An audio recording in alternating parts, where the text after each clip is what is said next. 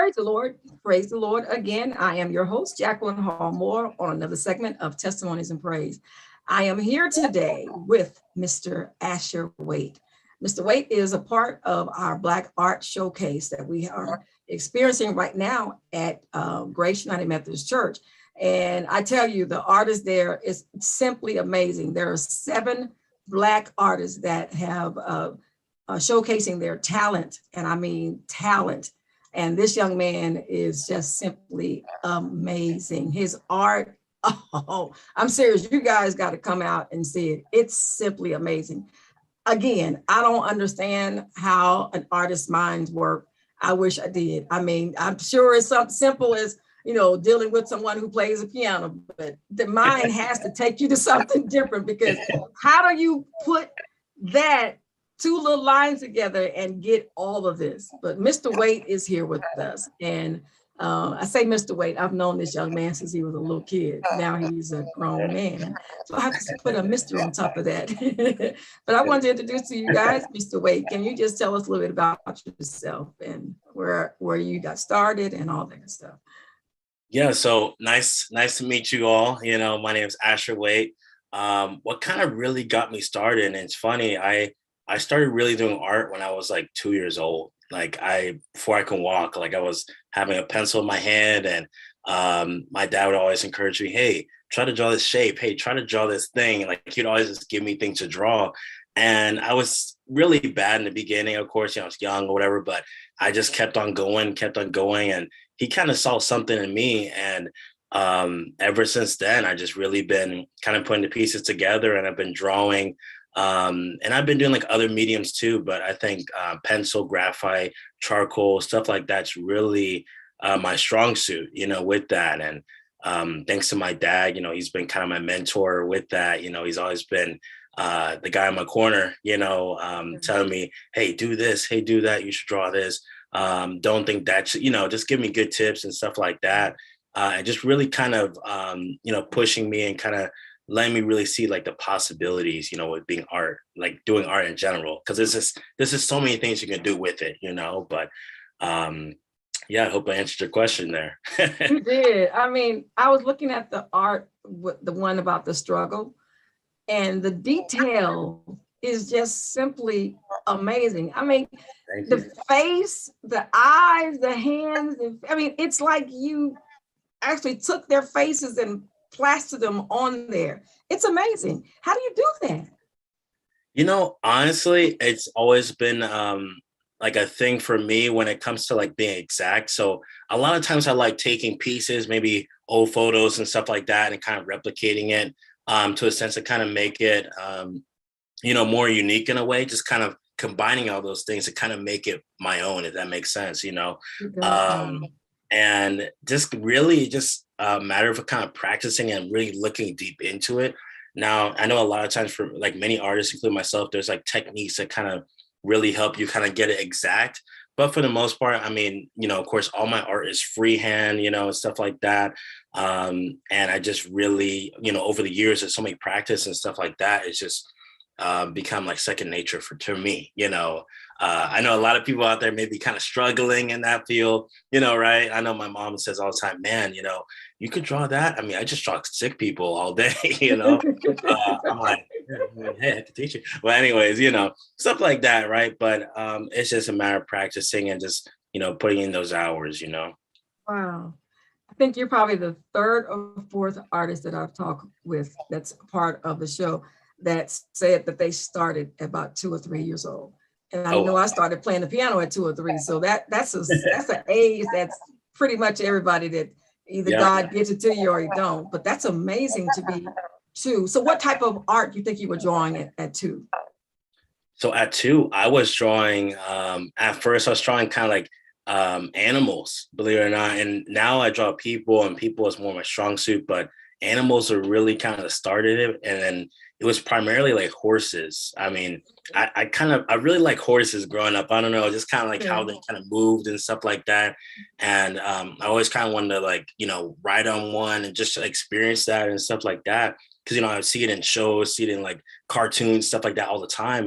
And I was like, okay. And I just started drawing horses, and I would get pretty good at it. And I'm sure you guys may have heard of, it's like an old story, Spirit, you know, it's like a stallion, and it's, I think he's like a Mustang or something like that, but it's like an old story where he was trying to be free or something like that from like all these other horses that are kind of in a stable, if that makes sense. But it's like an old story. I'm sure some of you guys have heard of it, but that kind of inspired me to draw like horses and stuff like that. And I started just doing that, really, just drawing horses. And I started getting better at it. And then that's when my dad was like, okay, you know, and he would just give me like pictures, like, okay, you know, draw this person, you know, or draw this hand or just something like that. And that's what kind of got me down the path of really drawing people, really. But it all just started with drawing horses, really. So, yeah. So what do you plan to do with your art? I mean, I know you're still young. So you have a goal down at the end of this tunnel that you plan to do with it? Do you want to teach? Do you just want to be an artist that sells your painting? What is your goal? Or you know, the goal ultimately is, so my medium, of course, is pencil, graphite, and stuff like that. And I really like history. You know, I really like how, you know, you can kind of use history and kind of depict a message, you know, with that. And I really started getting on that wave with that. Of course, you kind of saw with the Timeless Struggle piece, and the pieces with all those faces and stuff like that. Like, the one thing they all mainly have in common is like history, right? You know, and all those things. And so my real goal is just to kind of depict a message through history, you know, people in history, whether it be people, even animals, you know, just something in that way where you can kind of depict that and get that message really out there to the people. Now, as for like kind of progressing with art and stuff like that, I definitely see myself kind of pushing out more pictures, drawings, you know, related to like that theme, right, with people and history and things like that. And then ultimately, I want to really, especially Dayton, you know, it's always kind of good to kind of start within the area, right? In Dayton, I want to make sure that, you know, the majority of people out there kind of have, you know, just like a peace of mind or something like that, because I think within that piece, like, if not, you know, all of my artwork, you know, most of it or whatnot, it always has that message, right? So when someone sees that, you know, they might, you know, see that like, okay, you know, I kind of got this, you know, I kind of got that. And it's all a conversation, you know, it's all just like a story. And I think a lot of times just by looking at history and past and stuff like that, you can really gain insight into the future, really. You know, it's like, there's just so many parallels with it, but that's really the goal. I know it's kind of a handful, but you know. So you say you're still in school now? Currently, I'm not in school. Okay. So right now, I actually ended up dropping out just because I wanted to pursue business. So, you know, outside of artwork, I have my own business that I'm doing. Now, I haven't dismissed school completely. You know, I still think there's like value in like, you know, education and stuff like that. Definitely see myself kind of revisiting it for sure. But I guess for like the goals, like with art, with like business, stuff like that, you know, there's just like, I guess that's really like my focus right now, if that makes sense. But yeah, I guess that's kind of, you know, where I'm at right now with that. But yeah. So you mentioned your dad is one of your biggest influences, but is there anyone else that influenced you, like a special artist that may have influenced you, or art teacher or someone? So as for that, it's really surprisingly not really much artists have. I mean, I kind of look at to like European art, you know, it's kind of cool how like it's so much detail, you know, and that really kind of pushes me to be like, okay, I can put more detail in my pieces, you know, like, you know, this is so nice. Like, you know, there's pieces that are like back in like 1600, like there's like 1700s, you know, like early pieces that you look at that, like, there's no way they had that, you know, back then, you know, like this looks like a photograph at this point, you know, like it's just so detailed, you know. So it's kind of like an influence for me, just not even just European art, but just kind of art along those lines of like, you know, that realism, right, with painting and stuff like that.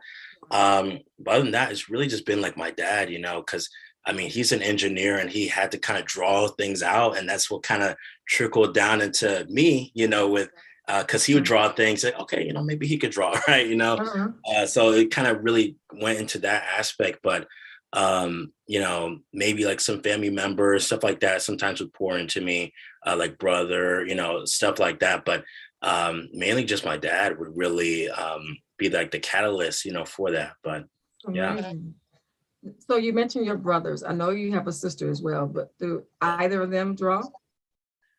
So my younger brother, Aja, he can draw animals, right? So it's funny. Okay. I can draw people a lot. I could draw like, animals and stuff like that too here and there, but he's mainly like he would draw dinosaurs. And so it's funny, my dad, he was he's always been this person to kind of like help you get to where pushing you and like say, hey, you can do this, you got this.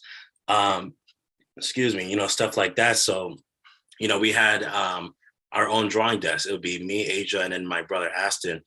We all had drawing desks. Now, Aston, he was never really the artist. He never really drew much, and he was more like like poet. Like he would just like type stuff up or make like literature or something like that. But other than that, it was really just my younger brother Aja and I that would be the drawers. We draw stuff like that, and my younger brother always like he struggled with drawing people, and he didn't really like pursue it full on that much. Like I was kind of the one that kind of carried the torch, if so to say, like with that.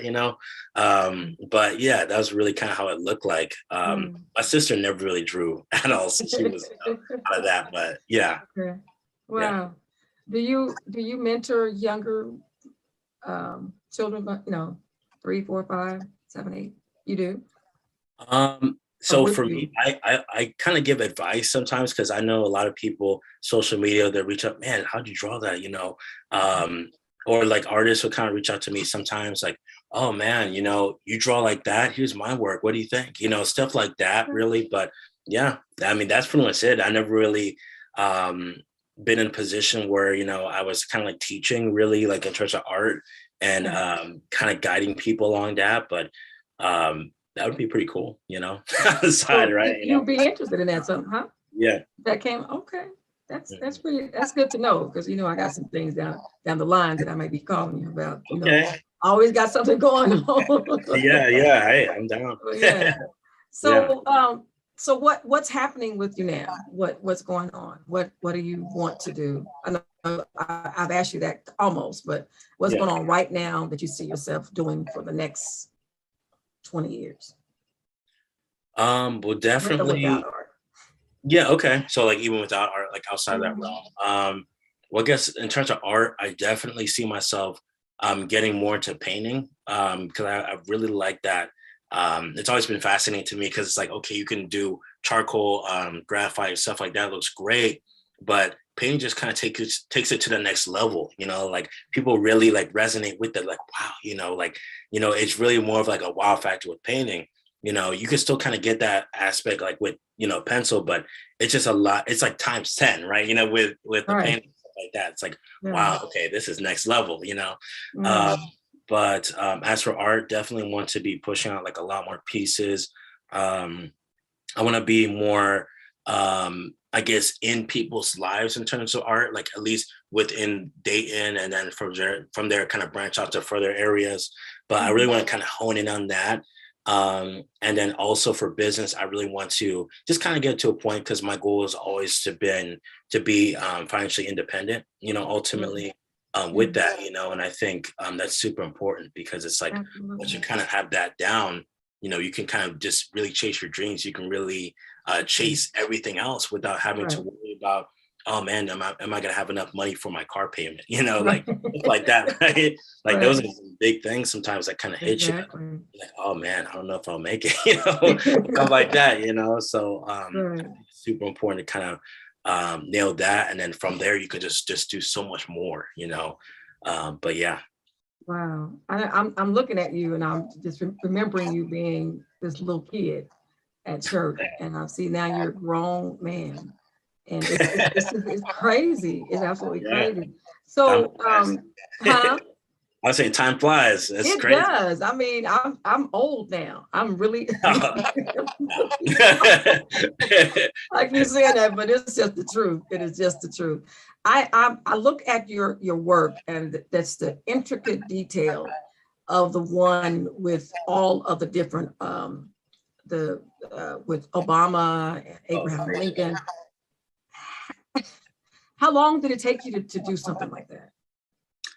Well, so I was during the time I was making that, actually, it's funny how that kind of started. First of all, it was so I went to Pine Forge Academy for high school, and great experience. We had to wear like suits and ties and stuff like that. So I mean, I didn't like that part of it, but you know, it was good overall.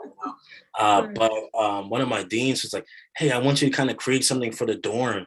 And I was like, okay, sure. You know, I drew things, but I didn't really draw anything of like, I guess, significance from that point. You know, this was like 7 years ago or something like that, that was there and that happened. So I was like, okay, you know, I'm just gonna think about something. And I think it was it was like February, Black History Month, you know. So I was like, okay, something. And of course, Pine Forge is historically Black, right? You know, so I'm like, okay, I want it Black centered at least, you know, maybe some, you know, different cultures in there, but mainly the focus would be to kind of gear around that. But I started drawing that, and it was like one face, and I was like, okay, this is kind of cool. I maybe could make like a whole, like, you know, group of people, or just something like they could be you know, really fighting for something, you know, just some message behind that, you know. So I started that, and I guess with like that dorm life, right, you know, there's like a lot of things going on. It's like, okay, you know, maybe put this out to the side a little bit, and you know, come back to it. I mean, it'd be like a day or so. I'd take a break, you know, and kind of go back. So it wasn't like, you know, a month or whatever. But it took me, I want to say, like a month and a half to 2 months to kind of create all that. Yeah, you know, and I know I definitely would have, like, I would be like, okay, I'll get this done in like 2 weeks, you know, whatnot. But you know, with dorm life, it's like, okay, you know, like a little bit of like a hindrance with that sometimes. But yeah, that's what kind of sparked that, and I guess that's kind of the duration of what it took really to make that, really. But yeah. So that particular painting is hanging in the hall. I mean, in the Yeah, school. yeah. So Wow, that's amazing. it's thanks. Yeah, it's just a copy of it though, because I'm like, Good okay, man. That's still. yeah, you know, Yeah. still there. Wow. Sweet. It's still there to this day. Yeah, yeah. Okay, where exactly is it hanging? It's in the boys' dorm. In the boys' dorm, right? So Wow. Okay, where exactly is Pine Forge? I know that I can't think of his name, but he's the new. Oh, he's gonna kill me. I can't think of the name, but the new guy. Is he the principal? oh, the new principal, you're saying? Yeah, I know him. I can't think of his name. His mother is Maddie Johnson from Ethan Temple. But anyway, I know. But anyway, I know him. I know he's a new principal, whatever they call it. So, yeah. where exactly is Pine Forge? I hear a lot about Pine Forge. I just don't know where it's located. Yeah, so it's located in Pottstown, Pennsylvania. So no one's ever heard of the town Pottstown. It's a really small town, but it's in Pennsylvania there, and yeah, I've been going there for, I think, about 3 years. So Wow, wow. mhm. Well, I'm just so amazed at you, and I'm so excited for what God is about to do for you. I mean, we had, like I said, several people have come by and look at the art, and when they see both the struggle and the one with all the different faces, like, oh my God, how did he do that? And I'm like, you asked Yeah. the wrong one, because I don't know. I mean, and you don't ever, so I want you to don't ever just count your stuff as just pencil, because it's not just that. I know it's not painting, but it's magnificent. It's a gift that God has given you that a lot of people can't do. I may can draw you some stick people. I can do that, but that's about it. I mean, it's amazing. Seriously amazing. I'm so thankful for you and so proud of what God is about to do for you. And I look forward to seeing you on March the 6th. I hope you'll be able to be there. We have a couple of things. Yeah. So if someone wants to get in contact with you, do you actually, you paint portraits, right? Yeah, I'm definitely, Okay. yeah, venturing kind of into that. I know for sure the pencil would definitely come out like a lot better, but I've been slowly kind of venturing into like painting right now. I've done a few portraits and they've been like pretty good. Okay. But definitely if you want to get like the real, thing, definitely pencil for sure, but yeah. Okay. Wow. So, how do you price your items? Is there a Um, certain? yeah, there's definitely like a graph. I'm actually going to kind of put it up there, like the pricing for like copies and stuff like that. I know Yes. those are significantly like cheaper, just because of the fact that of course it's not the original, but and I want to be more, I guess, accessible to more people. That way, it kind of goes out there and gives that message, right? Wow. But in terms of like pricing for like commission work and like actual originals and stuff like that, Yeah. definitely a little bit more expensive, but yeah, but other than I that. understand. I don't, like I said, I don't know how you guys do it, but I am just so thankful that God has given that talent to the right people. He knew not to give it to me because that was not something that I would do. It looked like it takes a lot of time and patience. And do you stop, mess up, scratch, and start over a lot, or you just keep? um Yeah. when it comes to like the beginning stages of it, that's where I kind of like, okay, this is not coming how it looks like. Then we kind of scrap it, start over, whatnot. But when it starts in the beginning and I see something, I'm like, okay, this actually looks kind of like how I want to look like. Then I keep on going, and even if there's like a spot where I'm like, okay, I'm not really too pleased with it.